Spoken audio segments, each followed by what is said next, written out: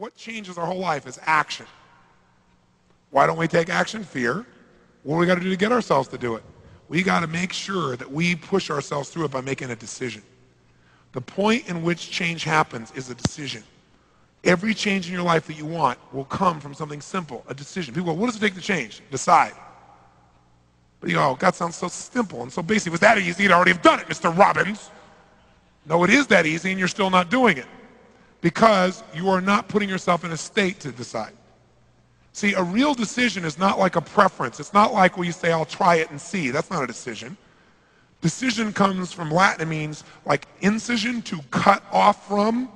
Decision is when you cut off any possibility except the thing you're committed to.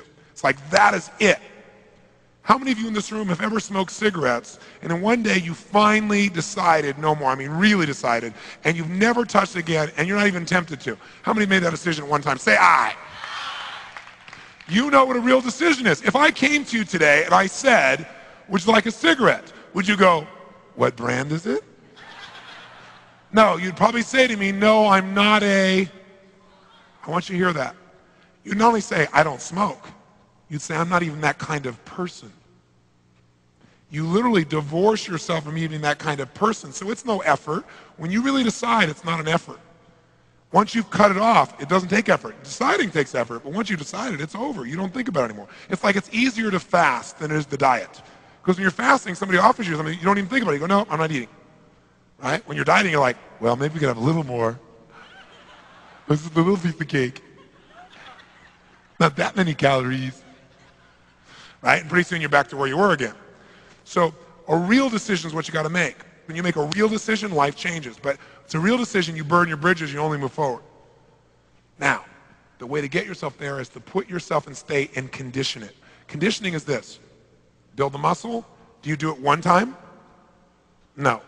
You do it a lot and you do beyond what you're comfortable with and the muscle expands, and now what used to be hard to do as the muscle grows is easy. That's the same thing with every other kind of muscle. But I'll give you one example. They take monkeys. I don't approve of this research, but this is what they do. In UC Irvine, University of California, Irvine, they've done these studies where they take monkeys and they will take 4 of their fingers and tape them down. And then they take one finger and they bend it back and forth 10,000 times. And every time they bend this finger back and forth like this, use this as a metaphor. In your brain, for you to do this once, twice, you have to make connections between neurons in your brain. Neuron's a big word for nerve cells. So to do this, imagine, as a metaphor, it's not exactly like this, to do this once, you got to put a connection, a thin thread had to be grown between this neuron and this neuron, as an example, as a metaphor. Do it again, 2 thin threads. Do it 10,000 times, and guess what? You are wired to do this. Here's the point. They untape the monkey's fingers, and what does he do constantly? For no good reason. He's wired, conditioned to do this. Now, how does this relate to you? Well, how many of you go to work the same way every day? You drive on the same on-ramp, go the same direction, get off on the same on-ramp. How many got a pattern like that? Say aye. How many have had a day when you're supposed to go the opposite direction on the freeway or the road, but you're on the cell phone and your brain is at the lunch and you get on the same on-ramp going the same direction that you normally do that's the wrong way? Say aye. You're monkeys. Can you condition yourself to feel depressed to where it feels more comfortable because you go there more often and you're wired to be there? Yes or no? Can you condition yourself to be quick to anger? Yes or no? Can you condition yourself to feeling overwhelmed at the drop of a hat? Can you condition yourself to feel loved all the time? Even if people say, I hate you. Yes, could you still feel loved? Could you condition yourself to feel happy as a consistent way of living all the time? Yes or no? But you know what? Most people don't believe that, but of course it is. It's the same nervous system.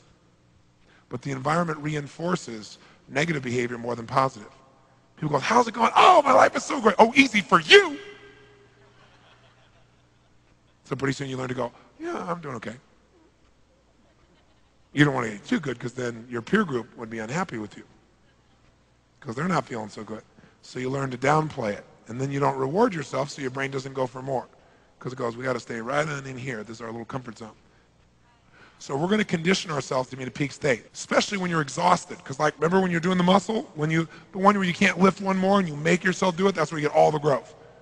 So when you're most tired is when you got to push yourself. If you didn't listen to anything I said, but all you did was keep yourself in a peak state for 3 days, you'll develop something called emotional muscle.